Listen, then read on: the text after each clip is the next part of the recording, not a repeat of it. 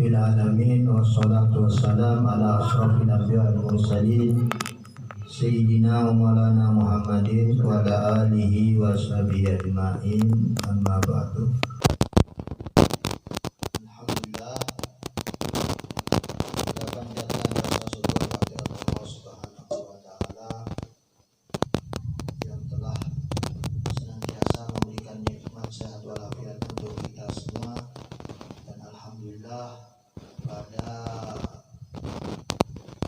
malam ini kita sama-sama ditakdirkan hadir di majelis yang mulia ini. Mudah-mudahan semua amal baik kita diterima oleh Allah Subhanahu wa taala, dan mudah-mudahan apa yang sudah kita lakukan, bacaan turda, ya maulid, maulidiyah dan lain sebagainya, menjadi kesenangan dan kebanggaan bagi baginda Nabi Muhammad SAW. Yang kami muliakan, yang kami hormati, semua yang hadir di tempat ini, ya, para pengurus majelis Miftahul Jannah, dan para kru serta para hadirin dan sekalian yang hadir. Mudah-mudahan kita semua mendapat rahmat dari Allah Subhanahu wa taala. Amin. Pada kesempatan kali ini, untuk menyempurnakan majelis ini, kita akan memulai pembacaan kitab Hadis Arba'in An-Nawawiyah, atau kumpulan 40 hadis yang disusun oleh Imam Nawawi radhiyallahu anhu wa nafa'ana. Kita belajar hadis ini, kalau baca kitab hadis itu adalah sesuatu yang sangat mulia, ya, karena membaca kalamnya Nabi Muhammad SAW. Baca Al-Quran bagus, sangat baik, karena itu kalamnya Allah Subhanahu wa taala. Zikir, ya, baca Al-Quran itu zikir, baca sholawat itu zikir, ya. Dalam pendapat ulama bahwa pelajaran yang paling bagus, yang paling baik, ya, belajar hadis. Karena apa? Terus kita baca qala Rasulullah SAW, Allahumma shalli alaihi, baca sholawat, kita mendengarkan hadis-hadis Nabi, khususnya yang terkait dengan apa yang memang kita perlukan sehari-hari. Dan alhamdulillah, mudah-mudahan kita kegiatan ini lancar, rutin, istiqomah, ya, sehingga kita bisa banyak mendapatkan ilmu yang bermanfaat dan barokah. Pertama-tama, mari kita niat bersama-sama supaya pahala kita banyak dan berlipat-lipat, ya. Kita niat imtithalan li amrillah, yaitu melaksanakan perintah Allah untuk senantiasa menambah ilmu atau mencari ilmu. Kemudian imtithalan li amri Nabi Muhammad SAW, menjalankan atau menunaikan perintah Nabi Muhammad SAW yang memang diperintahkan untuk senantiasa mencari ilmu, mulai digendong ibu sampai wafatnya, dan masih banyak lagi. Kita niatin supaya kita sehat walafiat, kita niatin supaya hajat kita terkabulkan, kita niatin supaya Allah memberikan kita rezeki yang banyak, dan kita niatin niat yang baik-baik lainnya di dalam hati kalian, supaya duduknya kita ini mendapatkan banyak pahala. Jadi untuk bulan depan, mulai dari rumah sudah niat segala macam niat-niat itu, ya. Kita akan mulai pendahuluan dari kitab Syarah Arba'in Nawawi. Bismillahirrahmanirrahim. Qala al-musannif rahimallahu wa nafa'ana bihi bidarin amin.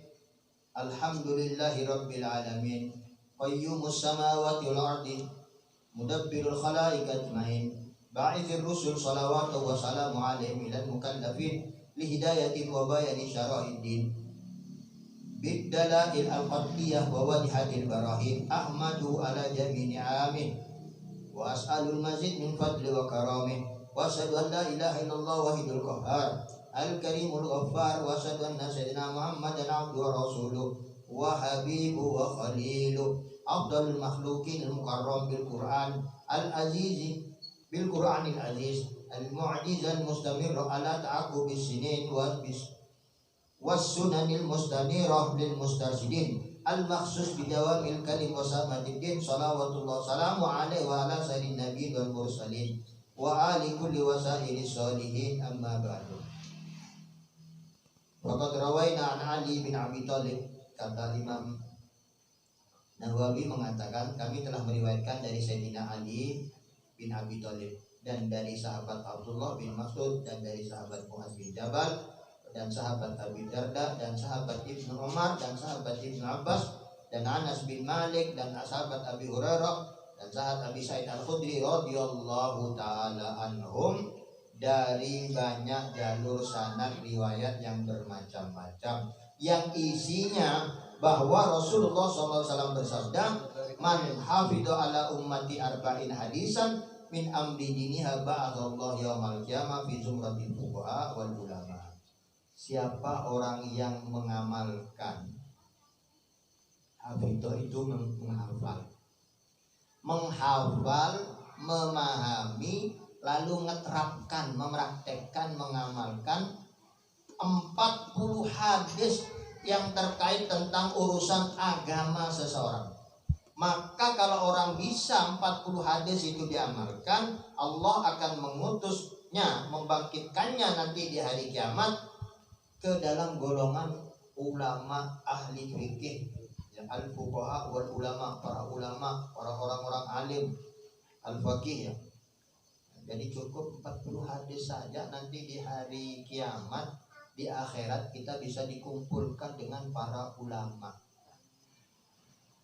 Dalam riwayat lain ba'dallah faqihan aliman, bahwa Allah akan membangkitkan kelak sebagai orang yang faqih dan alim. Di dalam riwayat dari sahabat Abi Darda, wa kuntu lahu yauman qiyamah syafi'an wa sahidan, kata Rasulullah, kalau dia bisa menghafal, mengamalkan 40 hadis urusan agamanya, aku nanti yang akan menjadikan pemberi syafaat dan saksi membela orang tersebut di pengadilan Allah Subhanahu wa taala. Dalam riwayat sahabat Abdullah Mas'ud, qila lahu udkhul min ayyi babil jannah syi'ta, orang tersebut akan dikatakan, masuklah kalian ke surga dari pintu surga yang mana saja yang kau inginkan. Dalam riwayat sahabat Abdullah bin Umar, ditulis, dicatat ke golongannya para ulama dan dibangkitkan bersama orang-orang yang mati syahid. Masya Allah ya. Cukup 40 hadis. Hadis ini jutaan. Hadis Nabi ini jutaan. 40 saja kita pelajari, kita amalkan. 40 yang urusan agama, maka seperti itu tadi janji-janji Rasulullah Shallallahu Alaihi Wasallam apa yang akan kita terima kelak akhirat. Dan ulama sudah banyak yang ngarang kitab yang sama isinya 40 hadis untuk mengamalkan apa yang disampaikan oleh Rasulullah SAW tadi. Antara lain ya itu Abdullah ibn Mubarak, Muhammad bin Aslam At-Tausi, Al-Hasan bin Sufyan An-Nasai, Abu Bakar Al-Ajri, Abu Bakar bin Ibrahim Al-Asbani, Darqutni, Imam Hakim, Abu Naim, Abu Abdurrahman, Abu Sa'id, Abu Utsman As-Sabuni, Abdullah bin Ahmad Ansori, Abu Bakar Al-Baihaqi, dan banyak yang lain yang telah mengarang kitab hadis arba'in yang isinya beda-beda ya. Isinya beda-beda. Intinya mereka menyampaikan 40 hadis yang terkait dengan urusan agama. Tetapi kata Imam Ghazali, Imam Nawawi yang kita baca kitab ini, bukan itu tadi yang jadi peganganku, yang membuat aku menyusun kitab ini, melainkan apa yang disampaikan oleh Nabi, liyuballighu syahidu minkumul ghaib. Karena Nabi di khutbah terakhirnya, di haji wadahnya ya, haji terakhir dulu, menyatakan setelah Nabi menyampaikan nasihat-nasihat, lalu Nabi bersabda, hendaknya yang hadir menyampaikan kepada yang tidak hadir. Maksudnya semua kita yang mendengarkan hadis Nabi itu harus disampaikan ke orang lain. Maka daripada itu, kata Imam Nawawi, saya belajar hadis dari guru-guru banyak, maka saya akan sampaikan. Ini yang menjadi motivasi saya untuk menyusun kitab ini. Nah, begitu juga kita semua ini, kalau kita mendapatkan ilmu sesedikit kayak apapun yang kita pahami, kita sampaikan kepada orang lain. Nah, nyampaikannya gimana? Bisa di status WhatsApp, bisa di medsos-medsos lain ya. Apa yang sudah kita dengar hadis Nabi umumnya kita sampaikan, kita sebarkan. Atau bisa disampaikan saja seperti ceramah, seperti nasihat, atau informasi-informasi seperti orang ngobrol-ngobrol biasa. Yang penting sampaikan. Begitu juga karena berdasarkan hadis Nabi Muhammad SAW, Nasrullah Imran sami'a maqalati fawa'aha fa'adda kama sami'aha. Mudah-mudahan Allah memberi kemenangan pada seseorang, memberikan bantuan pada seseorang, memberikan pertolongan pada seseorang yang bilang mendengar hadisku, dia pahami, dia hafalkan, dia amalkan sebagaimana yang dia dengar. Nah, ini doa dari Nabi ini. Nah, jadi dari itulah mudah-mudahan nanti kita akan baca 1, 2, 3 hadis setiap kesempatan. Dan tidak lama, ini cuma 40 hadis. Tidak perlu banyak-banyak yang kita baca. Yang penting kita bisa pahami lalu kita amalkan. Nah, kita langsung saja ke hadis yang pertama ya. Kita singkat mukadimah dari Imam Nawawi. Ya, mudah-mudahan kita mendapatkan taufik, ridhonya, ridho Allah, ridho Rasulullah untuk kita semua dan keluarga kita, sehingga kita bersama-sama masuk ke surga Allah Subhanahu wa taala. Amin. Allahumma amin. Bismillahirrahmanirrahim. Al-hadisul awal, hadis yang pertama. An Amiril Mu'minin Abi Hafsin Umar bin Khattab radhiyallahu taala anhu qala sami'tu Rasulullah sallallahu alaihi wasallam yaqul. Aku mendengar Rasulullah bersabda, innamal a'malu binniyat. Sesungguhnya amal-amal itu tergantung niatnya. Pekerjaan, ibadah, amalan tergantung niatnya. Sah atau tidak sah tergantung niatnya. Sedikit atau banyak pahalanya tergantung niat. Wa innama likulli imri'in ma nawa. Sesungguhnya setiap orang akan mendapatkan dari amalan tersebut, mendapatkan apa saja sesuai manawa yang dia niatkan. Niat baik dapat pahala, niat jelek dapat siksaan atau dosa. Niatnya banyak ya pahalanya banyak, sedikit ya sedikit, pokoknya tergantung niat. Lah sholat gak niat ya gak dapat pahala. Duduk di masjid gak niat apa-apa ya gak dapat pahala. Tapi kalau masuk ke masjid niat nawaitul i'tikaf, niat saya i'tikaf di masjid ini, duduknya dapat pahala. Walaupun cuma duduk gak zikir dapat pahala, tergantung niat ya. Lah sholat gak pakai niat ya olahraga atau lomba sholat, gak boleh kerja. Sholat pakai niat itu ya. Jadi semua itu tergantung niat. Lalu Nabi memberikan contoh, faman kanat hijratu ilallah wa rasulihi. Kalau orang hijrahnya niatnya karena Allah dan Rasulnya, wa hijratu ilallah wa rasulihi, maka dia dapat pahala, dicatat sebagai orang yang muhajirin ilallah wa rasulihi, dapat pahala besar. Wa man kanat hijratu lidunya yusibuha. Kalau orang hijrahnya pindah bukan karena menyelamatkan agamanya, bukan karena untuk dakwah, tapi karena ingin dapatkan dunia, nyaman hijrah ke sana, di sana itu lebih makmur, lebih gampang cari uang, ya juga dapat uang, nggak dapat pahala. Walaupun ikut Nabi ke Madinah, nggak dapat pahala. Dia hanya cari harta benda, cari kekayaan, dia dapat. Awim ro'atin yang kiwa, atau orang itu ikut hijrah tapi ngejar cewek, ingin menikahinya, ya sudah dapatnya menikahinya, nanti tidak dapat pahala. Fahijratu ila ma hajara ilaih, maka catatan amalannya tergantung hijrahnya. Kalau lillahi ta'ala dapat pahala. Kalau untuk kejar cewek ya sudah dapat cewek, gak dapat pahala. Ya, cari istri ya sudah dapat istri gitu. Dari dunia ya dapat dunia. Itu hadis yang pertama. Ini hadis sahih, hadis riwayat Imam Muslim, hadis riwayat Imam Bukhari. Dua kitab yang paling sahih setelah Quran adalah Sahih Bukhari dan Sahih Muslim.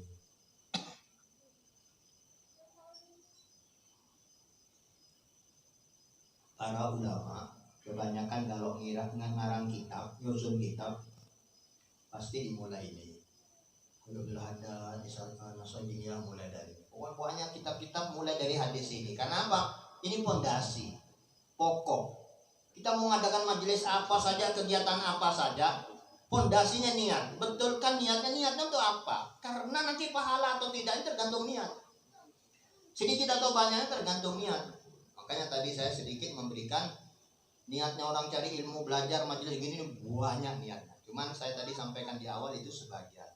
Itu bisa diniati masing-masing dari rumah kalau ingin mengadakan atau menghadiri kegiatan. Ya.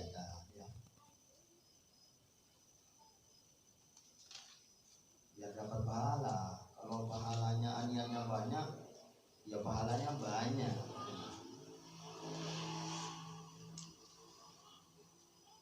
Sekarang kita lanjutkan hadis kedua. Itu pertama tadi ya, mau lakukan apa saja ada rupanya. Orang puasa Ramadan nggak niat dapat pahala, nggak dapat pahala. Niatnya kapan? Di malam hari antara maghrib sampai sebelum subuh. Itu kalau puasa wajib. Kalau wudhu niatnya kapan? Waktu musab muka. Kalau sholat niatnya kapan? Waktu baca Allahu Akbar takbiratul ihram. Niatnya di situ. Kalau tidak di situ tidak sah ya. Jadi ada tempat-tempatnya niat itu ada waktu-waktunya tergantung amalnya. Hadis yang kedua. Ini hadisnya panjang ya. Mudah-mudahan ya kita tidak harus, memang hadisnya barang siapa yang menghafal 40 hadis masuk surga, atau tadi kita sudah bacakan beberapa hadis yang terkait itu ya. Hadis yang kedua dari sahabat Umar radhiyallahu taala anhu aidan qala, beliau berkata, bainama nahnu julusun inda Rasulullah sallallahu. Ini hadisnya agak panjang karena sahabat bercerita. Isinya cerita ya. Dzata yaumin ittala alaina rajulun shadidu bayadi thiyabi shadidu sawadi syar la yura alaihi atharus safar wa la ya'rifu minna ahadun hatta jalasa ila Nabi sallallahu alaihi wasallam. Suatu ketika pada saat kami para sahabat duduk di majelisnya Nabi Muhammad SAW, kayak gini lagi duduk bareng Nabi dengan sahabat-sahabatnya, tahu-tahu muncul seseorang, datang seseorang di padang pasir ini ya, zaman Nabi itu padang pasir, ya kuburan masjidnya Nabi dulu juga padang pasir, ya. Bukan keramik, bukan karpet hambal gini enggak, sholatnya langsung ke pasir semua, sujudnya ke pasir semua. Makanya kata Nabi, kalau hujan tidak terlatihan fasolatu berihal. Kalau hujan, kalau basah sandalnya maka sholatnya di tempat masing-masing. Maksudnya kalau turun hujan jangan ke masjid karena becek, kotor semua pakaiannya kalau sholat di masjid. Karena dulu masjidnya nggak kayak sekarang, nggak ada atapnya, nggak ada kubornya, nggak ada genteng, nggak ada apa. Jadi saat Nabi bersama sahabatnya duduk-duduk, tahu-tahu datang seseorang. Pada pasir, berangin, topan, angin segala macam. Kok ada orang datang sadidu bayadiyah, pakaiannya sangat putih. Namanya orang jalan di padang pasir, itu pasti pakaian berdebu. Ya bukan sekarang pakai mobil jalannya aspal, kaca tutup semua, keluar ya bersih orangnya. Nah, sekarang ya, kalau dulu enggak juga ya. Ya ini dulu di padang pasir zaman Nabi kok ada orang kok bersih pakaiannya, putih bersih. Jadi itu sahabat dicari rambutnya hitam, enggak ada yura alaihi atharus safar. Di rambut dan di pakaian enggak kelihatan kalau dia melakukan perjalanan. Namanya orang jalan, ini kotor semua debu. Ya sekali lagi, padang pasir dengan anginnya pasti ada debunya, ada pasirnya gitu maksudnya. Ini sama sahabat kata Sayyidina Umar, kok datang dari perjalanan, tapi kok nggak ada lungset-lungsetnya, nggak ada kok ceria gitu loh, bersih, rambutnya bersih, pakaiannya bersih. Jadi Sayyidina Umar sebetulnya sudah mulai curiga gitu, siapa orangnya? Wala ya'rifu minna ahad, dan kami semuanya tidak ada yang kenal. Ini semua para sahabat gak ada yang kenal. Berarti orang jauh ini. Tapi orang jauh kok kayak gak kelihatan perjalanannya gitu. Kok ada leso-lesona gitu ya, gak ada capek-capeknya, gak ada pakaian lungset atau kering atau apa, gak ada. hatta jalasa ila Nabi sallallahu alaihi wasallam, terus masuk duduk di hadapan Nabi Muhammad SAW. Fa asnada rubbaitahi ila rubbaitihi wa wada'a kaffayhi ala fakhidai. Kemudian orang itu duduk di depan Nabi, beliau sandarkan lututnya kepada lutut Nabi. Ini betul-betul mengagetkan. Sahabat gak ada yang berani duduk dekat-dekat Nabi. Ya, dianggap tidak sopan. Murid dengan guru duduk pas dempet di depan dekat, gak berani. Loh, ini kata Sina Umar, masuk duduk depan Nabi. Ini kita bersila. Ini lututnya yang dia itu didempelkan ke lutut Nabi kanan kiri, nempel di depannya gitu. Kemudian meletakkan kedua tangannya di atas kedua paha Nabi. Ini kedua tangannya di gini. Sini ke paha Nabi, umpamanya di sini Nabi ini tamu. Langsung duduk depannya, tangannya diginikan. Di sini. Ini juga membuat marah sahabat. Siapa ini? Kurang ajar sekali loh. Duduk langsung ke depan, bukan di paling belakang, baru datang ke depan, didempetkan kedua lututnya, tangannya ditaruh di atas pahanya. Waqala, kemudian si tamu tadi berkata, ya Muhammad, akhbirni anil Islam. Muhammad, beritahu saya tentang Islam. Dia tanya Islam. Faqala Rasulullah SAW menjawab, al-Islam antasyhadu la ilaha illallah wa anna Muhammadar Rasulullah wa tuqima shalah wa tu'ti zakat wa tasum Ramadan wa tahujjal bait in istata'ta ila sabilillah. Nabi ditanya, apa Islam? Beritahu kami Islam. Rasulullah menjawab, Islam itu hendaknya kamu bersyahadat, bersaksi tidak ada Tuhan yang boleh disembah, yang wajib disembah, yang berhak disembah selain Allah Subhanahu wa ta'ala. Dan kamu bersaksi bahwa Muhammad ini utusan Allah. Yang pertama, ini rukunnya Islam. Kalau mau masuk Islam syaratnya ini. Yang pertama, baca syahadat. Lisannya membaca, hatinya meyakini. Kalau cuma lisan aja munafik. Wa tuqimus shalah, kedua melaksanakan sholat. Bersyahadat ya, bersyahadat lisan, syaratnya ini lisan membaca asyhadu an la ilaha illallah wa sallallahu rasulullah. Harus paham tapi artinya ya. Kalau bukan orang Arab ya diulang nanti terjemahnya. Boleh Indonesia, boleh Jawa, boleh Madura, terserah bahasanya orang. Kalau yang Inggris ya Inggris. Ya orang Barat, orang Amerika, orang mana masuk Islam ya asyhadu an la ilaha illallah terus bahasa Inggris. Enggak tahu bahasa Inggris apa ya.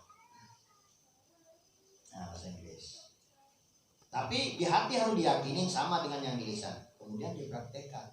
Ya nyembah Allah, enggak nyembah yang lain. Ya taat kepada Nabi Muhammad, jangan ikut orang lain. Itu harus itu. 3 itu syarat orang masuk Islam. Dari pertama rukun yaitu syahadat. Kedua kata Nabi, kau lakukan sholat. Orang Islam harus sholat. Dalam hadis lain Nabi mengatakan farqu bainana wa baina sholat. Bedanya kita yang muslim dengan mereka yang kafir, sholat. Yang sholat muslim, yang enggak sholat kafir. Itu bedanya. Sholat 5 waktu.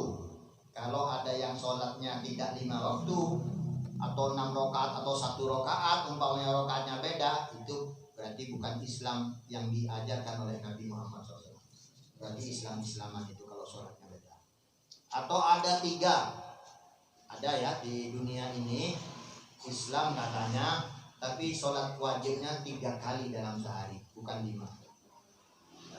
Di Kota Malang dulu berapa tahun yang lalu pernah di lampu merah banyak yang nyembahkan. Orang-orang yang kerja sibuk sholatnya 3 kali saja. Oh enak. Nah, ada mulai zaman Nabi sampai zaman kiamat dari semua mazhab ulama apa saja wajib 5 kali sholat dalam sehari.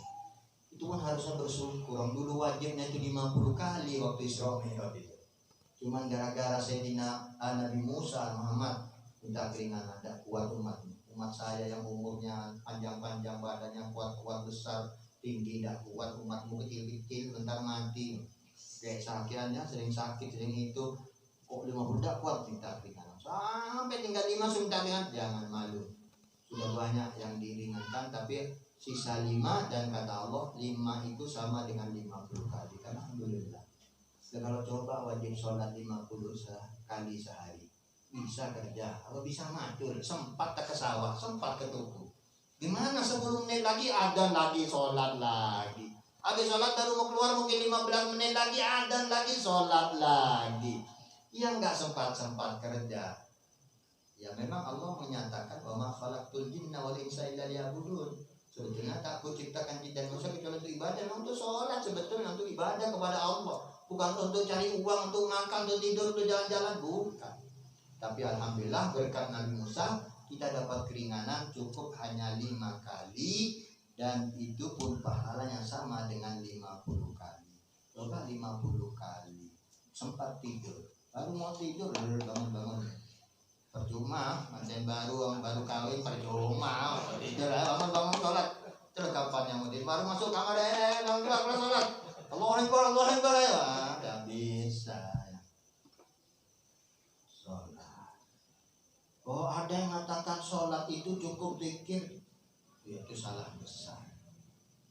Emangnya Nabi kalau sholat zikir toh, iling ya, apa ada ajaran iling dia, apa saya lupa ya, pokok iling gitu ya. Jadi iling sama Allah sudah.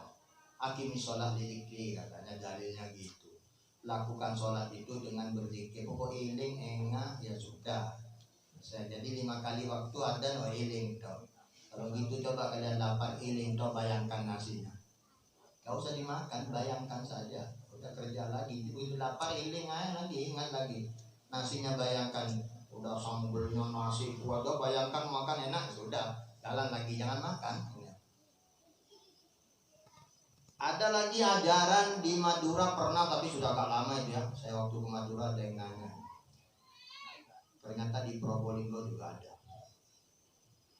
Ternyata ada aliran liberal itu juga mirip. Kalau liberal mengatakan kalau sudah pintar gak usah ibadah.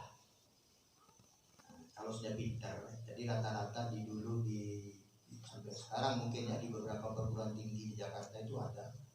Itu yang S2 itu nggak sholat, yang sudah selesai, yang sudah sarjana S1, yang kuliah S2 itu nggak sholat.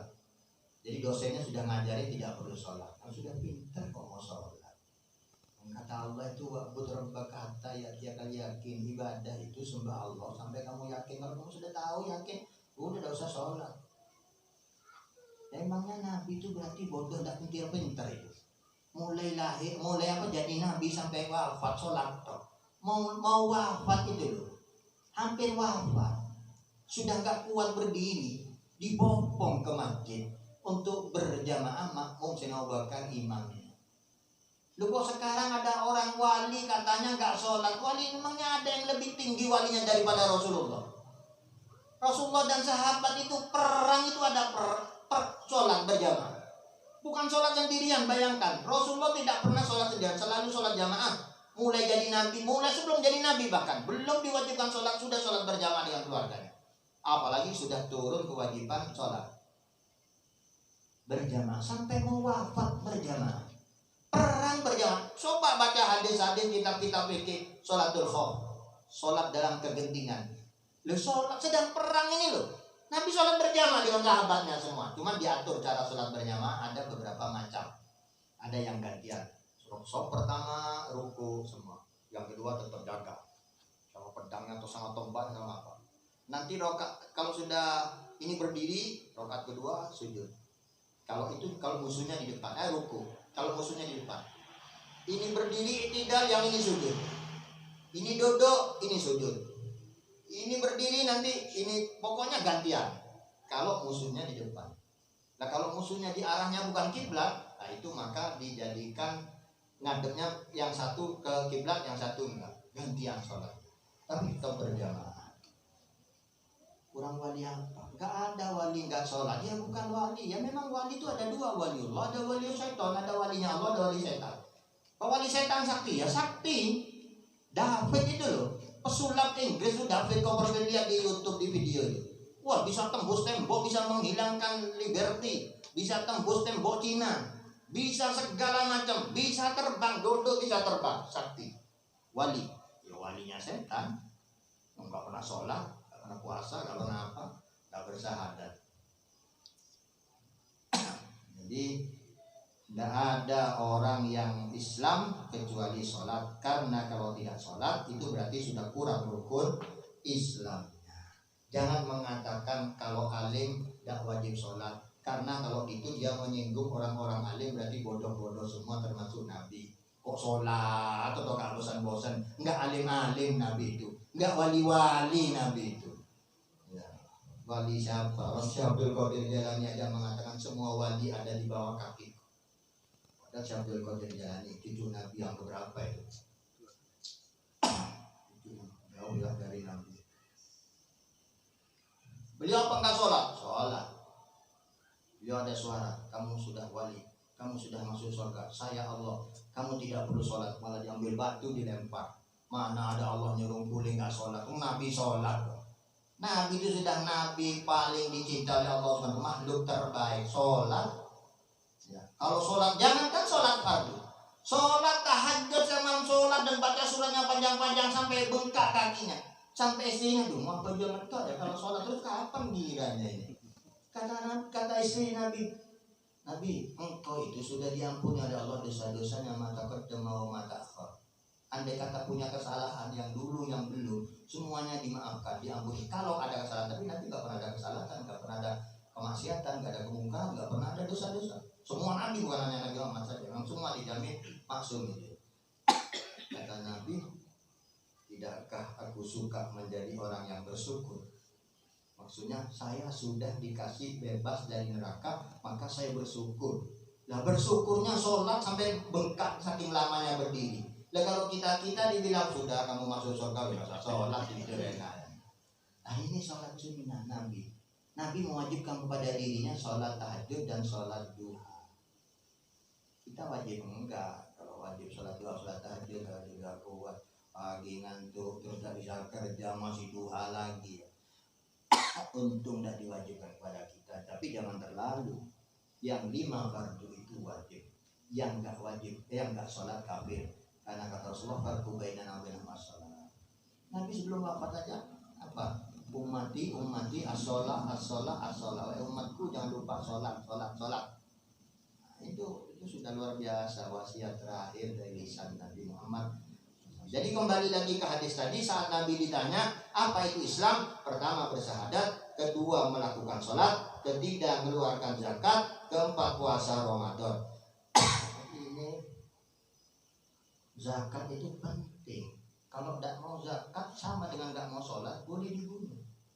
Nabi itu memerintahkan membunuh orang yang tidak mau sholat. Waktu Sayyidina Abu Bakar menjadi khalifah, Sayyidina Abu Bakar memerintahkan bunuhlah orang yang tidak mengeluarkan zakat. Kata Sayyidina Umar, jangan kamu mau bunuh orang Islam. Kata Nabi, jangan dibunuh kalau orang sudah mengatakan la ilaha illallah. Tidakkah kalau orang tidak sholat dibunuh? Iya.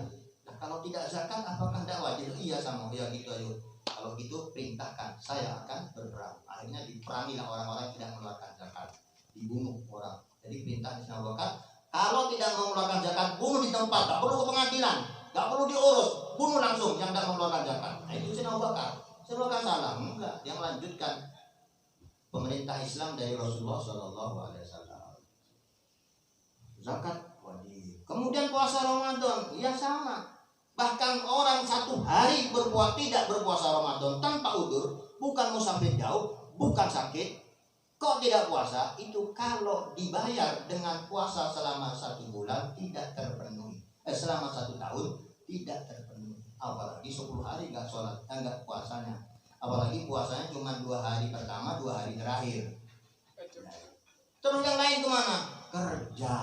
Kerja saya berat, kan wajib kerja itu. Siapa yang bilang kerja berat boleh tidak puasa? Enggak ada. Karena perintahnya kerja itu bukan bulan Ramadan. Sudah dikasih 11 bulan dari Syawal sampai Syaban, bekerjalah. Kemudian ditabung sedikit-sedikit. Ramadan jangan kerja. Kalau mau kerja puasa. Jangan karena tukang tebang tebu nggak puasa. Terus emangnya nanti kalau sudah bukan Ramadan bisa bayar puasa? Kayaknya bukan saya berprasangka jelek, bukan sudon. Gak percaya orang itu bisa bayar puasa. Lagi rombongan bareng aja nggak bisa, apalagi nanti nggak rombongan sendirian. Orang tukang bangunan di sana, bukan di sini. Kalau di sini enggak. Di kampung saya kalau nebang tuh nggak puasa. Tukang-tukang bangunan nggak puasa. Emangnya tukang bangunan kalau bulan Syawal Dzulqa'dah Dzulhijjah Muharram Safar Rabiul Awwal nggak pernah jadi tukang bangunan. Terus istirahat 11 bulan. Kalau tebu mungkin 6 bulan dia nebang. Kalau tukang bangunan, andai kata 1 tahun itu 20 bulan, 20 bulan kerja terus. Kapan dia mau bayar Ramadannya? Saya was-was, saya kasihan sekali. Kasihan sekali mencari uang yang gak seberapa, mengorbankan kewajiban puasa. Padahal dia kalau dengan sengaja tidak puasa tanpa uzur, walaupun dibayar 1 tahun penuh, gak bisa terpenuhi, apalagi gak dibayar. Angos neraka. Alhamdulillah. Wa tahujjal bait in istata'ta ilaih, dan wajib haji, rukun Islam kelima, haji jika mampu. Yang ada syarat jika mampu hanya haji, karena haji pakai biaya. Karena apa? Apalagi Indonesia sekarang dolim sekali nih pemerintahnya. Harus antri lama, kalau umur 40 masih mau baru daftar, 20 tahun lagi lo umur 60 udah sampai capek, udah capek. Harus bayar uang sekian. Kalau tidak punya uang banyak, tidak wajib. Yang miskin tidak wajib. Loh ya apa rukun Islamnya? Sudah diganti dengan sholat Jumat. Innamal Jum'atu hajjul fuqara wal masakin. Jumatan itu hajinya fakir miskin. Pokok betul-betul fakir dan miskin, enggak haji Jumatan saja setiap hari Jumat, maka nanti di akhirat raportnya sudah ditulis Pak Haji dan Bu Haji. Tapi enggak ada Pak Haji dan Bu Haji, itu hanya Indonesia. Negara lain enggak ada dipanggil haji ya haji. Dan kalau haji dipanggil haji, terus yang sholat dipanggil Pak Sholat, Bu Sholat. Nah, itu rukun Islam. Betulnya tidak perlu dibangga-banggakan Pak Haji, Bu Haji. Nanti kalau bangga dengan julukan itu kan nggak ikhlas gitu. Bisa menghapus pahala. Haji bagi yang mampu, yang nggak mampu. Kalau tidak punya uang, tapi punya sawah 5.000 meter. Oh, ya sudah sangat wajib. Jangankan 5.000 meter kalau sekarang. 1.000 meter sudah wajib haji. Jangankan 1.000 meter, 500 meter sudah wajib haji. Karena apa? Setahu saya, tidak tahu di sini ya. Kalau di sana 1 meter itu ada yang 300.000, ada yang 500, ada yang 700, ada yang 1.000.000. Kemarin teman-teman mau bikin kantor itu berbina, ada yang 1,5 juta, ada yang 2 juta per meter jarak kondang di Pasundan. Kalau punya 500 meter itu berapa ratus juta? Haji cuma 40 juta, 50 juta, 60 juta. Ya, sekarang dinaikkan harganya jadi 59 kalau nggak salah. Ya, katakanlah 60 juta. Dan menurut madhab, ya kalau dalam Islam syariat Ahlussunnah wal Jamaah ini dalam berfikihnya, dalam beribadahnya, syariatnya itu ada yang mengikuti madhabnya Imam Hanafi, Imam Malik, Imam Syafi'i, Imam Ahmad bin Hanbal. 4 ini madhabnya Ahlussunnah dalam fikih.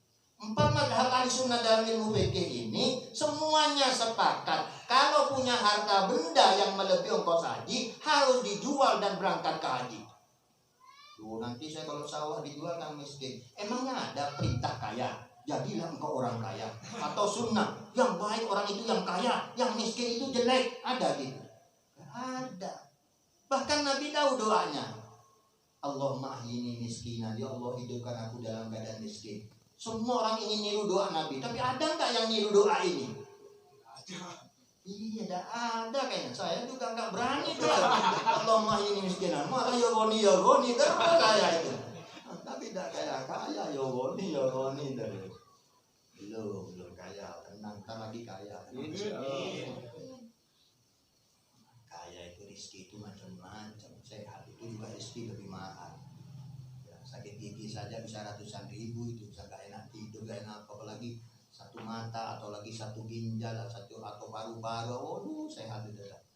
Sakit sedikit pusing aja kalau ke rumah sakit suluk nama 3 hari, pulang-pulangnya habis kalau 5 juta ya. Jadi sehat itu rezeki yang itu. Teman baik itu juga rezeki, anak soleh juga rezeki. Teman baik itu bisa bawa ke surga ya. Jadi jangan dienteng-entengkan teman baik. Nah itu ya, jadi jual sawahnya. Gak punya sawah, tapi punya mobil. Innova sama Jazz umpamanya. Kecelakaan. Itu kaya harus dijual untuk haji gitu ya. Nah ini rukun Islam. Kembali lagi ke hadis tadi. Sahabat Sayyidina Umar ini mulai mikir orang ini. Datang langsung lututnya ditempelkan, tangannya di atas paha Nabi. Terus nanya. Begitu Nabi jawab, qala sodaqta. Benar. Fa'ajibna lahu yas'alu sodiku. Kata Sayyidina Umar, heran. Datang nanya Islam itu apa, diberitahu sodaqta kamu benar. Kira-kira kalau ada orang nanya datang ke sini, Habib, rukun Islam itu apa? Ini. Oh, benar. Kira-kira ini orang nanya apa ya apa ya? Nanya kok bilang benar. Kan berarti bukan nanya. Jadi Umar bingung. Oh, ini siapa ya? Kita nggak ada yang kenal. Bilang musafir, tapi kok nggak ada bekas perjalanannya. Kan ini nanya, diberitahu bilang sodaqta. Kan kayak orang ngetes, kayak Pak Guru ngetes murid gitu. Ayo, apa? Sebutkan 5 rukun. Benar. Loh kayak gitu.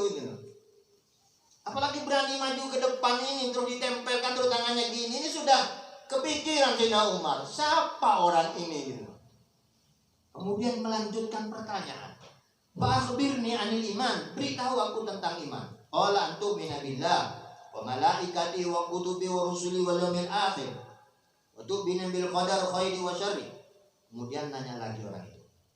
Apa iman? Kata Nabi, iman itu kau harus percaya kepada Allah, malaikat-malaikatnya Allah, kepada kitab-kitabnya Allah, kepada rasul-rasul utusan Allah, dan kepada hari akhirat. Dan 6 ini ya, yang ke-6 rukun iman itu ada 6.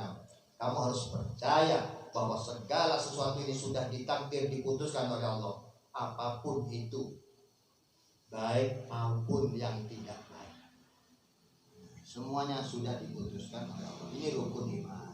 Iman kepada Allah, ya kita harus percaya bahwa Allah Maha Melihat, Allah Maha Ada, Allah Satu, Allah Maha Mampu, Allah Maha Kuasa, Allah Maha Mendengar, itu semua. Kita harus yakin itu dalam hati itu. Kemudian iman kepada para malaikat, kita iman bahwa ada malaikat-malaikat. Malaikat ini diciptakan oleh Allah dari nur yang tidak pernah maksiat, selalu taat. Yang ada yang sujud-sujud mulai diciptakan sampai nanti kiamat, sampai dia mati. Ada yang ruku-ruku, ada yang bagian nyatet apa, ada yang bagian jaga hujan, ada yang bagian jaga gunung, bagian jaga semua. Ada yang nulis amal kita, rokib atid. Ada yang bagian gerakkan tangan, mulut, mata, semuanya. Ada 300 lebih malaikat yang ada dalam tubuh kita.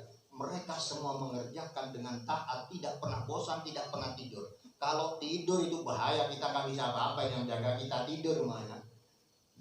Dan tidak bisa disogok, tidak ada maksiat. Malaikat itu semua, itu harus kita iman itu. Dan tidak boleh melecehkan malaikat. Tidak bisa murtad, bisa keluar dari Islam. Kemudian kita harus iman kepada kitab-kitab Allah.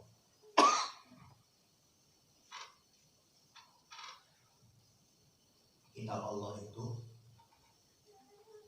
ada 104 kitab yang diturunkan ke nabi-nabinya. Karena nabinya ada 124.000 nabi, rasulnya ada 313 rasul, tapi yang diberi kitab tidak semuanya. Cuman untungnya yang wajib kita ketahui kitab itu hanya 4. Jadi kalau 104 aja ada hafal, maka bahaya. Zabur, Taurat, Injil, Al-Quran. Nabi Daud, Nabi Musa, Nabi Isa, Nabi Muhammad SAW. Kemudian harus iman kepada para rasul. Rasul itu adalah utusan Allah, manusia, laki, ya, yang dijaga oleh Allah atau maksum, tidak pernah maksiat, yang menyampaikan semua apa yang diwajib disampaikan oleh Allah. Apa bedanya rasul dan nabi? Nabi itu hanya mendapatkan wahyu dari Allah, mendapatkan ilmu, tapi tidak diperintahkan dakwah, menyampaikan, mengajak orang. Tapi kalau rasul mendapatkan wahyu, mendapatkan kitab, dan suruh sampaikan ke orang, suruh ajak, suruh dakwah orang. Resikonya dicaci maki, dimusuhi, dilempari, mau dibunuh, dikejar-kejar, itu resikonya para nabi-nabi. Begitu juga yang melanjutkan pewaris nabi, dakwah, jadi musuh orang, difitnah, dicaci maki, bahkan ada yang dipenjara mulai zaman dulu, ada yang dipenggal oleh raja-raja zaman dulu. Kalau tidak cocok dengan rajanya dipenggal walaupun dia benar menyampaikan Al-Quran dan hadis. Itu resiko. Kemudian harus percaya kepada hari akhirat, yaitu bahwa kita semua akan mati, kemudian akan dibangkitkan lagi, kemudian di situ ada neraka dan ada surga. Sebelum neraka dan surga ada hisab, ada mizan dan seterusnya. Yang terakhir harus percaya dengan takdir. Kita semua itu sudah ditentukan. Sebelum lahir sudah ditulis takdirnya. Kapan kita mau lahir, kapan kita mau meninggal.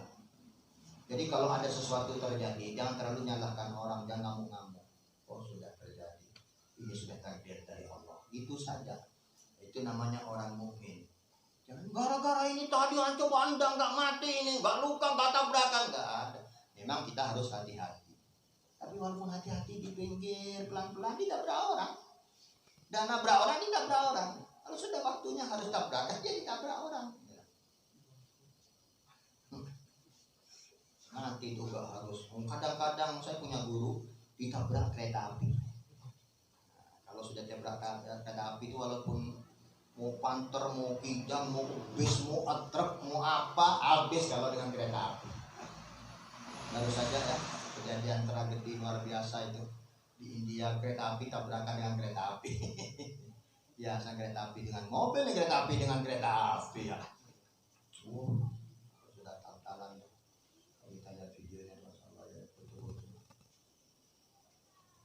Nah itu kalau sudah takdir, saya punya guru ditabrak kereta api, sepeda motornya itu mencelat 40 meter, dicari sama orang-orang, orangnya gak ada, ini sepeda motornya, orangnya terus berangkat. Waktu itu pagi-pagi 10 Dzulhijjah dia punya kewajiban khutbah, terus khutbah pulang, besoknya ngajak cerita ke saya dan teman-teman, saya kemarin ditabrak kereta api ini, cuma nanu sedikit, gores-gores sedikit di sini. Kok ada kereta api nabrak gitu. Kalau udah kan saya punya teman di Bangil itu anaknya cuman kena terlalu dekat dengan kereta api itu sudah terpanting jauh dan mati. Ini ditabrak sepeda motornya 40 meter yang terbuat dari besi hancur. Kok cuma tulang-tulang gini nggak apa-apa. Kalau belum saatnya, belum waktunya. Ditabrak pesawat pun nggak mati kalau belum waktunya. Kalau waktunya tabrak kucing dulu jatuh udah jatuh udah tamat. Nah, sekarang itu nggak pakai ditabrak kucing, kebanyakan berapa ya, 2 minggu yang lalu tetangga saya masih muda, murid saya jatuh di kamar mandi mati. Sekarang buahnya orang jatuh kamar mandi mati. Jadi ternyata nggak ditabrak apa-apa itu, nggak tahu tabrak apa di kamar mandi mati jatuh. Buahnya itu sekarang, aduh, ya. Banyak itu orang meninggal jatuh di kamar mandi. Yang mudah-mudahan Allah jaga kita semua. Itu semua dari Allah. Cuman kita harus ikhtiar, bukan karena semua sudah takdirkan terus kita diam pecah pangeran apa katanya Allah ya enggak, tetap kita jalani semua, tapi begitu betul ya semua dari Allah. Kita usaha kok gak dapet ya, kita ada mungkin Allah belum ngasih, mungkin belum sekarang, mungkin Allah ngasih yang lain yang lebih berharga tapi kita nggak tahu atau belum merasa gitu. Kalau sodakta, setelah diberitahu bilang sodakta lagi, benar kamu kan? Nanya lagi, kalau akhbirni anil ihsan, beritahu saya tentang ihsan. Baik itu kayak apa? Yang namanya kebaikan, berbuat baik itu kayak apa? Kata Rasulullah dijawab, anta'budallaha ka'annaka tarahu fa in lam takun tarahu fa innahu yarauka. Kata Rasulullah, ibadahlah kepada Allah, sembah Allah seakan-akan kau melihatnya. Jika engkau tidak melihatnya, ketahuilah Allah melihat engkau. Sekarang contohnya, mau sholat. Ihsan dalam sholat adalah harus khusyuk. Bukan sholat saja, tapi ini ya, dalam semua amal kebaikan kita harus seakan-akan kita dilihat Allah. Ya, sebetulnya Allah memang selalu melihat. Karena Allah dalam ayat Quran itu telah menjelaskan, tahu ya'lamu ma fis sudur, Allah tahu apa yang ada dalam hati. Wa ma tukhfis sudur, wa ma yang disembunyikan hati, wa khainatul ayun. Apa ya? Tipuannya mata. Maksudnya kadang-kadang orang ngasih isyarat mata atau apa maknanya Allah tahu. Apa yang dibisikkan dalam hati Allah tahu. Bahkan ada hadis kata Nabi, Allah bisa melihat semut hitam yang ada di batu hitam. Coba semut hitam taruh di batu hitam. Kalau saya nggak lihat. Sudah gitu semut hitam di batu hitam, di malam gelap gulita nggak ada lampu kelihatan.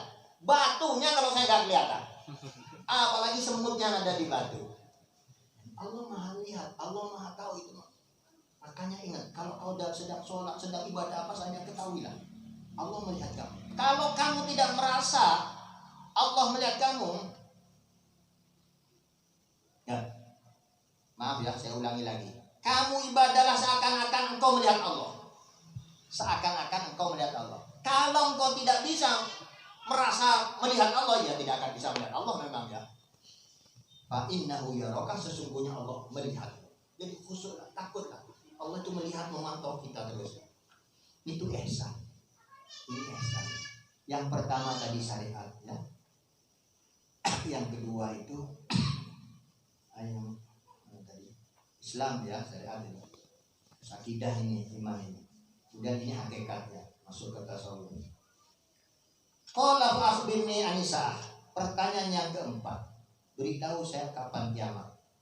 Qala, Nabi menjawab, mal mas'ul anha bi'a'lam minasail. Tidaklah yang ditanya lebih tahu dari yang bertanya.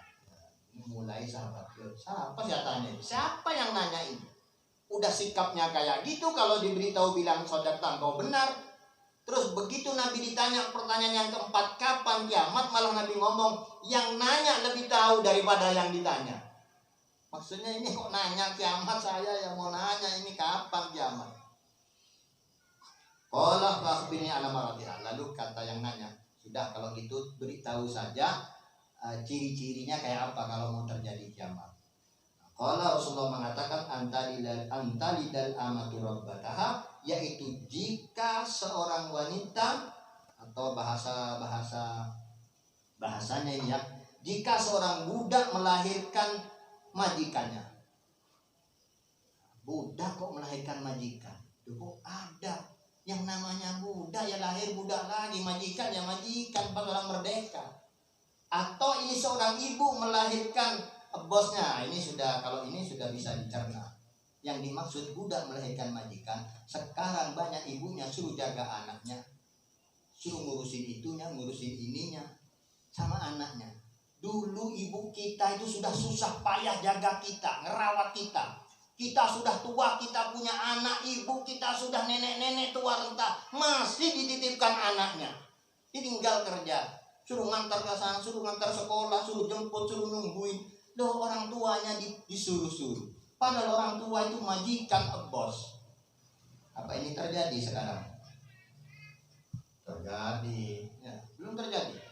Terjadi nih, banyak yang orang tua disuruh-suruh kemananya. Tuh suruh jaga itu, suruh jaga ini, bosnya anak. Ada lagi bentak-bentak, salahkan apa? Orang tuanya. Kedua, wa antarul hufatal uratal alata ri'a asya yatadawaluna fil dunya. Kamu akan melihat nanti orang yang biasanya nggak pakai sandal, yang bajunya compang-camping atau yang sederhana, yang ekonominya sulit, yang kerjaannya hanya mengembala dan lain sebagainya, kok sekarang tahu-taunya bagus-bagusan rumah, tinggi-tinggian rumah, besar-besaran rumah. Jadi terjadi enggak? Ini terjadi di desa-desa sekarang. Saya kalau ke gunung-gunung itu dulu ya, betul. Daerah Gondang lagi daerah saya itu agak kota, jarang rumah yang kayak orang-orang gunung sekarang. Waktu jalan yang gak enak, jurang, rumahnya tingkat-tingkat pakai keramik bagus kaca ini. Subhanallah, ini yang kata Nabi, termasuk tanda-tanda kiamat. Yang biasanya dulu jalan kaki kemana-mana gak sandalan, ke sawah-sawah gak sandalan, baju pas-pasan, gak rangkep-rangkep, paling cari rumput, ngembal untuk kambing, untuk apalah ya, hewannya, untuk sapi, kok rumahnya bagus-bagus. Sudah, setelah Nabi memberikan jawaban itu, sumantolakoh pada kisah malian. Kemudian pergi orang. Habis nanya, sudah dijawab, pergi. Sina Umar semakin ada rasa jengkel, ada rasa gimana gitu, ada rasa keheran-heranan tentang orang ini.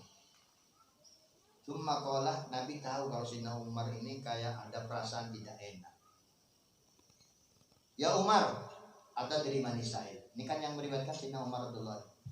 Umar bin Khattab yang meriwayatkan hadis. Ya Umar, atadri man sa'il? Wahai Umar, tahu kamu siapa yang nanya tadi Umar? Tahu kamu siapa yang nanya tadi datang? Penanya itu siapa? Qultu Allah wa Rasulullah. Saya jawab, Allah dan Rasulnya yang lebih tahu. Saya nggak tahu itu siapa itu. Sampai cetak kebelangan jengkel yang orang ditanya siapa nggak tahu. Qala, Nabi menjawab, fa innahu Jibril.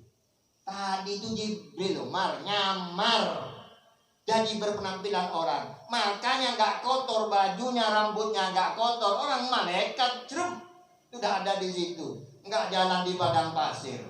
Lagian mana ada pasir atau debu berani sama malaikat Jibril ya. Makanya berani langsung duduk, ditempelkan terus tangannya di tangannya. Kalau dijawab bilang kau benar. Oh, malaikat Jibril yang tukang bawa wahyu. Cuman sekarang nyamar jadi orang pura-pura nggak tahu nanya-nanya. Untuk apa? Atakum yu'allimukum dinakum. Malaikat Jibril datang untuk mengajarkan kalian tentang agama kalian. Kalian diem nggak ada yang nanya. Kalau saya mati nanti terus umat nanya apa itu Islam. Sekarang saja, bukan sekarang saja ya. 10 tahun, 20 tahun mulai di Indonesia. Itu ada yang marah, Islamku, Islammu, Islam Anda, Islam kami, Islam. Karena sekarang kalau Islam beda-beda semua. Kok berani-berani ngatakan Islam Nusantara, Islam liberal, Islam. Nggak ada Islamnya Islam. Kalau tanya sudah Islam apa, ini sudah dipersiapkan oleh malaikat Jibril. Malaikat Jibril sudah tanya, jawabannya itu kalau Islam itu ya ini. Ini sahabat gak nanya-nanya tentang Islam, tentang iman, tentang Islam. Nanti kalau Rasulullah meninggal mau nanya sama siapa? Kalau ditanya, nggak tahu. Dulu Nabi tidak ngajarin, lah kan repot. Mau tanya ke malaikat Jibril, ya nggak bisa, bukan Nabi. Jadi malaikat Jibril ngelihat mungkin ini sahabat kok baik-baik, dia udah nggak berani bicara di hadapan Nabi, nggak nanya-nanya. Akhirnya malaikat Jibril datang nyamar. Tujuan bertanya cuman supaya orang lain paham. Nah ini kata ulama, dia sudah tahu bertanya. Itu kan kadang nggak boleh. Iya kalau sudah tahu bertanya hanya untuk ngetes, nggak boleh. Hanya untuk memalingkan pandangan orang supaya perhatian ke dia, supaya kenal dia, nggak boleh. Tapi kalau supaya orang lain ini orang kayaknya nggak tahu orang ini cara beli, cara jual beli. Tapi kok nggak nanya-nanya? Jadi saya pura-pura, Ustaz. Bagaimana hukumnya ini? Akhirnya diterangkan. Akhirnya orang, oh, nah ini boleh. Ya boleh. Nah, ini hadis yang kedua. Nah, jadi malaikat Jibril datang nanya tentang Islam, tentang iman, tentang ihsan. Wallahu a'lam bishawab. Barangkali ada pertanyaan? Ya, saya tanya. Ya, monggo.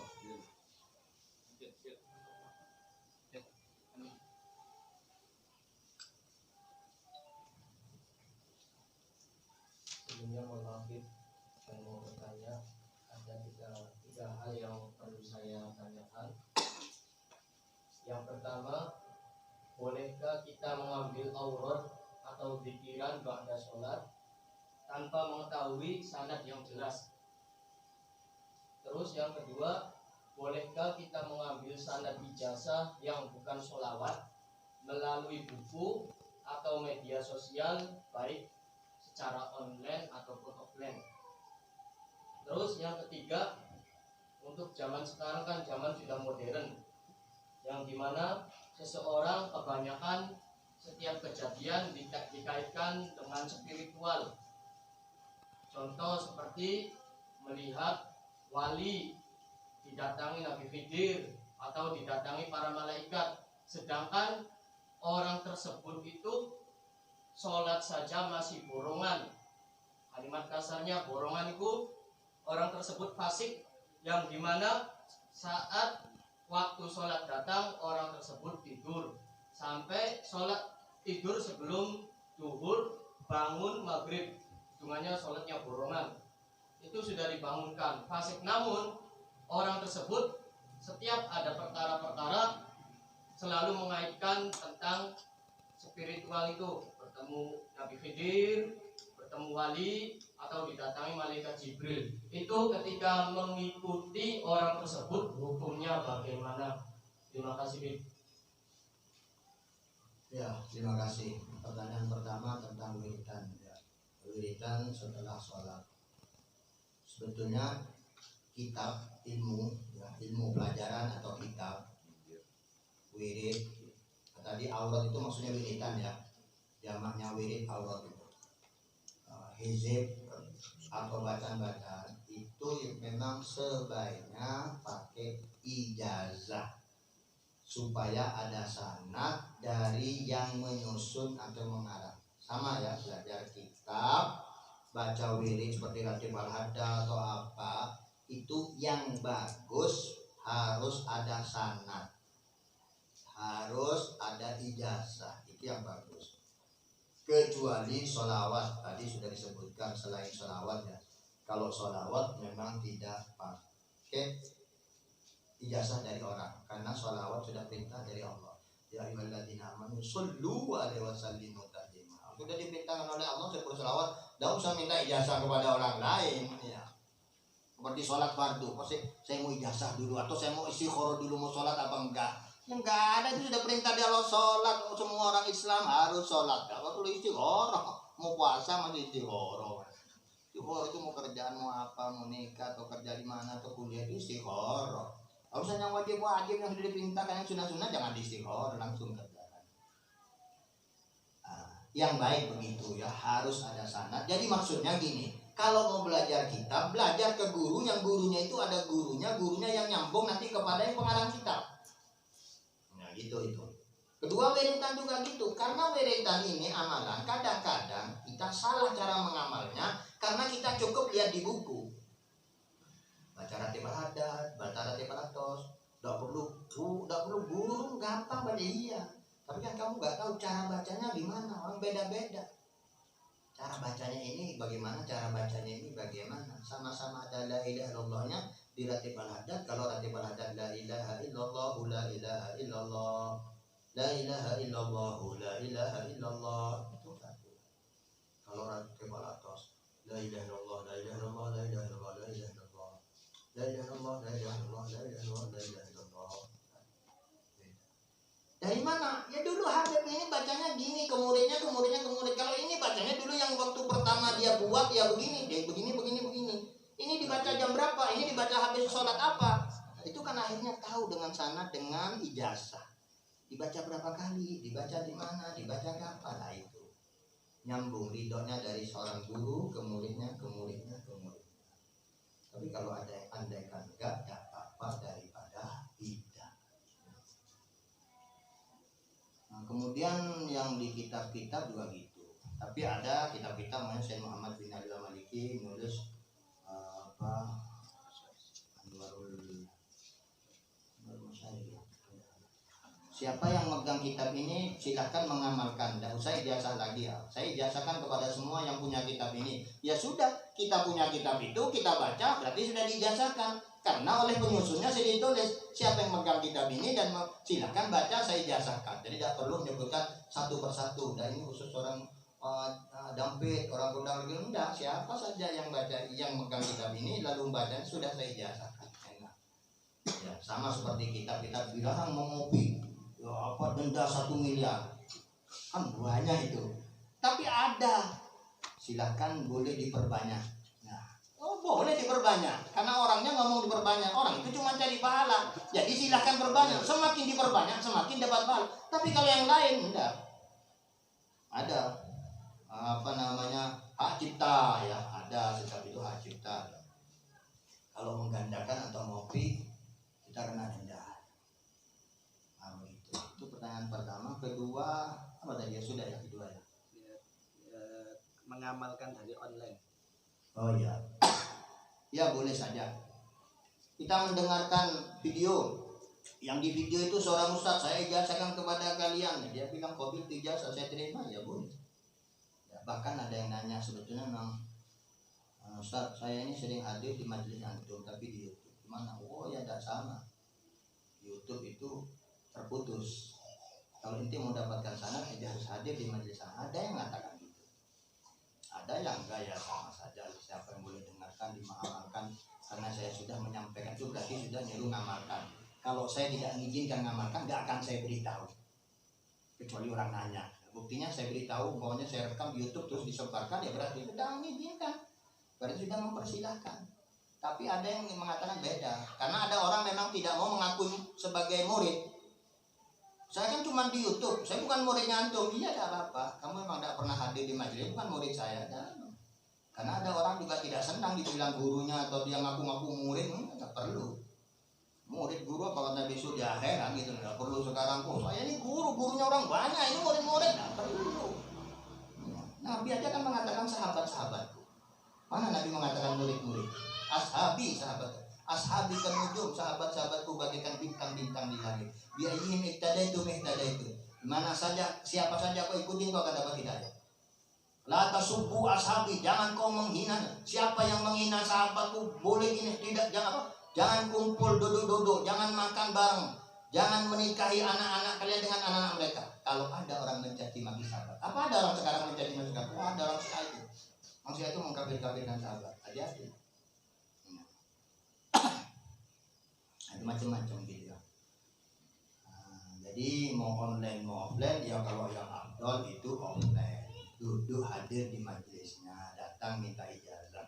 Tapi andai kata di offline sudah sibuk, kalau suruh hadir ke majelisnya jauh tuh waktunya, saya waktu jam itu jam kerja, ya sudah kapan dia sempat buka YouTube didengarkan. Setiap ustadz itu ceramah didengarkan semua.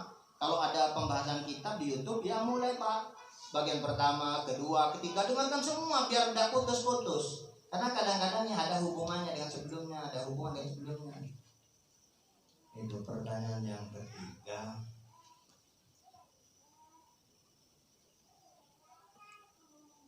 Ngikuti orang, ya, berguru kepada seseorang, ya mirip dengan apa yang sudah sampaikan barusan. Kita harus jelas ini gurunya siapa.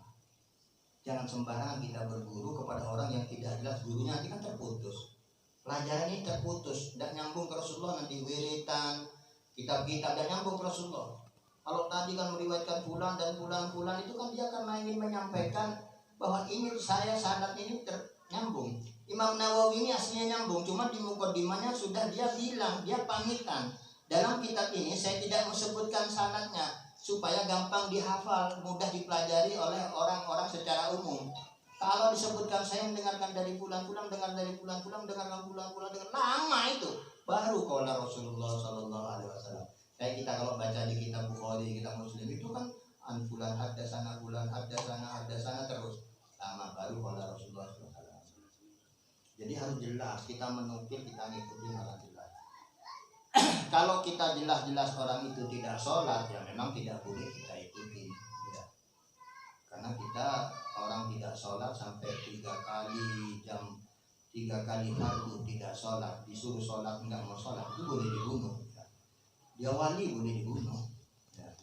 Dan tidak bisa ada orang mengatakan saya didatangi malaikat Jibril, berarti dia nabi. Nabi sudah putus. Rasulullah Nabi Muhammad nabi terakhir.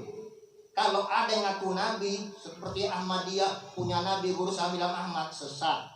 Seperti beberapa belasan tahun yang lalu di Indonesia ada Lia Eden ngaku malaikat Jibril, ada Musoddiq ngaku jadi nabi, itu semua sesat.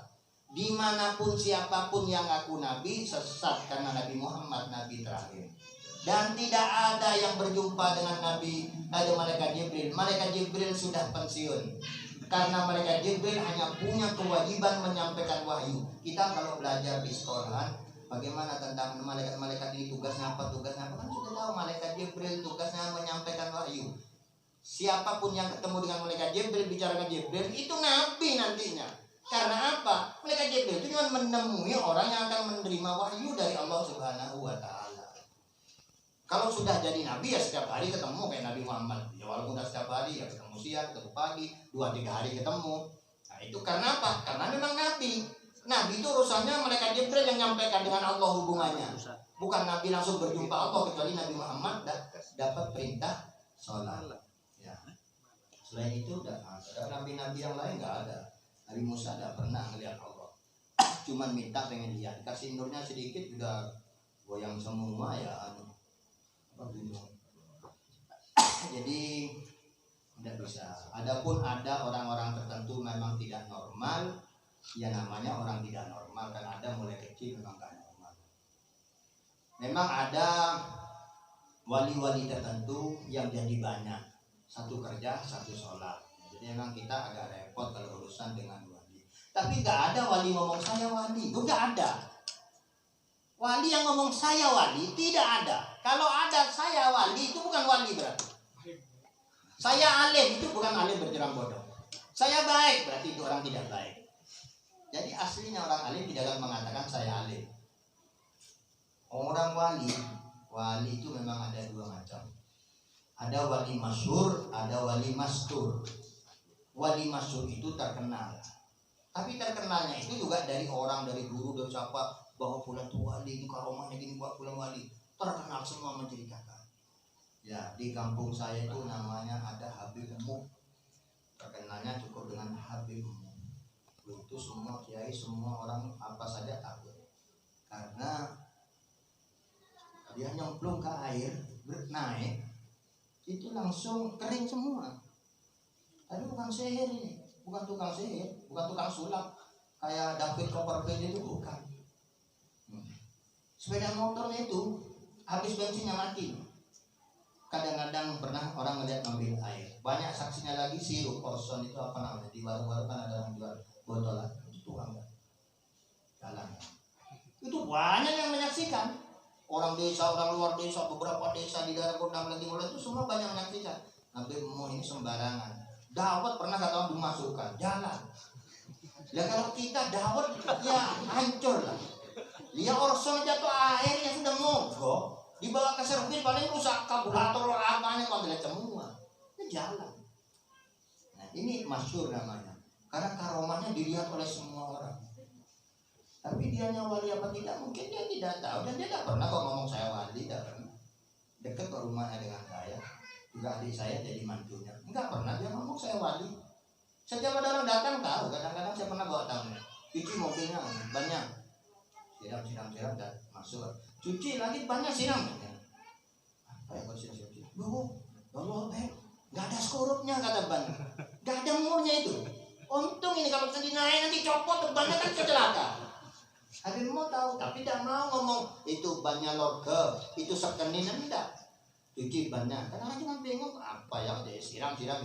Masuk, tahu kalau belum mungkin, cuci bannya kan. Akhirnya cuci lagi, ternyata di depan yang kanan kalau nggak salah, depan, ban depan nggak ada, apa murnya ya, ban itu kan ada 4. Ini tuh copot. Nah ini, ya sering lah ada orang, ayah saya itu sembunyikan cincin takut diambil. Begitu masuk langsung dia lihat cincinnya di sakunya, keluarin saya mau lihat. Nah, ini jadi tidak bisa kalau ini masuk, walinya masuk. Semua orang mendengar bulan wali bermana-mana. Yang kedua ada wali mastur. Wali mastur itu tertutup, dirahasiakan oleh Allah. Nah tapi sebagai ulama mengatakan kamin masyhurin bi barakatil mastur. Berapa banyak wali yang terkenal, populer dengan berkahnya wali yang gak ketahuan. Ternyata di sekitar kitanya ada wali mastur. Gak kelihatan karomahnya. Mungkin kelihatan kayak orang gila, mungkin kayak orang bodoh, kayak bukan apa-apa gitu. Tapi ini wali. Dan kadang-kadang wali yang gini-gini ini yang melahirkan wali-wali terkenal. Sebabnya yang gini-gini ini yang wali terkenal. Dan wali mastur itu ada 2. Ada mastur yang dianya sendiri sebetulnya tahu kalau wali, cuma nggak pernah ngomong. Begitu ada orang tahu wali, dia langsung minta mati. Itu banyak cerita-cerita gitu kan. Jadi orang tahu ini Tuhannya mampu, langsung dia minta mati. Atau orang pura-pura gila karena ada kami cerita kan, misalnya orang gila itu di Baghdad. Begitu itu ada yang tahu ya Allah mati. Banyak yang gitu. Karena apa? Dia tahu kalau wali tapi tidak ingin ketahuan, ingin penampilan biasa. Karena memang beban ya berat. Orang kayak orang alim disuruh jamu itu beban sebetulnya. Yang anda dikenal orang bebas, tidak ditiru orang. Karena kalau kita melakukan sesuatu ditiru orang, ya kalau baik kita dapat pahala. Kalau nggak baik kita nanggung dosa orang, banyak yang niru kita. Karena kita jadi dalil. Loh itu Ustadz Habib itu kok nggak apa-apa, padahal itu tidak boleh. Oh ini ditanggung semua dosanya. Jadi ada wali mastur, dia tidak diketahui oleh orang-orang bahwa dia wali, tapi dia tahu. Yang kedua jenisnya wali mastur ini, orang-orang tidak tahu, dirinya sendiri tidak tahu kalau wali. Nah itu ada beberapa yang agak seperti seperti Syekh Abdurrahman itu ya, yang orang-orang kalau minta ya Allah minta nasi dengan berkahnya Syekh Abdurrahman itu langsung turun makanan dari langit. Syekh Abdurrahman sendiri heran, kamu doa apa kok bisa? Iya saya diajari guru katanya kalau minta-minta sama Allah kalau ingin langsung dikasih dengan berkahnya Syekh Abdurrahman Bajal Habang. Kaget dia, itu kan nama saya kan. Saya ini wali tadi, dan dia nggak tahu kalau wali. Padahal orang-orang itu kalau doa minta makanan ada 2 orang jadi wali. Setiap mau makan minta dengan berkahnya wali ini Syekh Abdurrahman Bajal Habang, turun makanan yang dia inginkan. Dan walinya sendiri nggak tahu. Nah itu ada kayak gitu. Jadi ada wali mastur itu memang dianya sendiri nggak tahu, orang lain nggak tahu. Tapi kok bisa ada gurunya orang lain tahu? Ya mungkin diberitahu Allah atau melalui siapa? Nah ini. Jadi wali itu ada mastur, ada mastur. Tapi setahu saya dalam riwayat di mana saja atau di yang ada hidup yang saya temui, ya pernah ngomong saya wali. Ki Hamid pesulap wali. Itu kudu Ki Hamid sama Syekh Muhammad bin Abi Al-Maliki.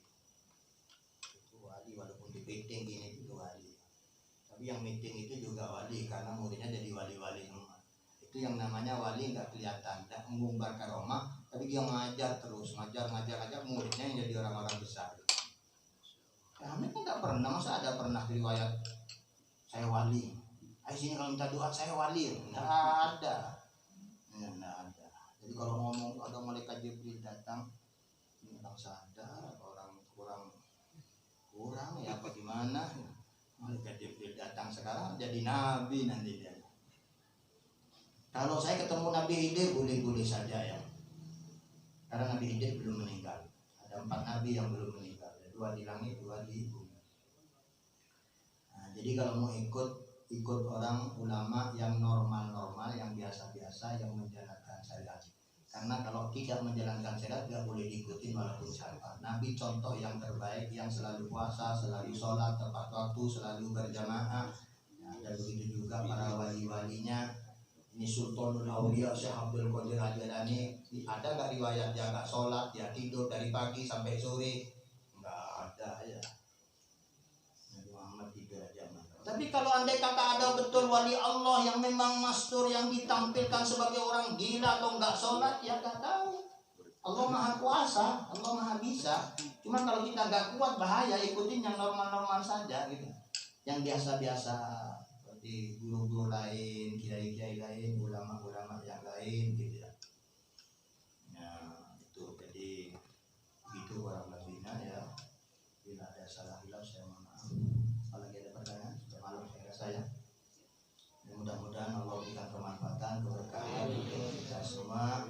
Mudah-mudahan kita senantiasa sehat walafiat, banyak rizkinya, dan dijadikan hamba-hamba Allah yang saleh-saleh.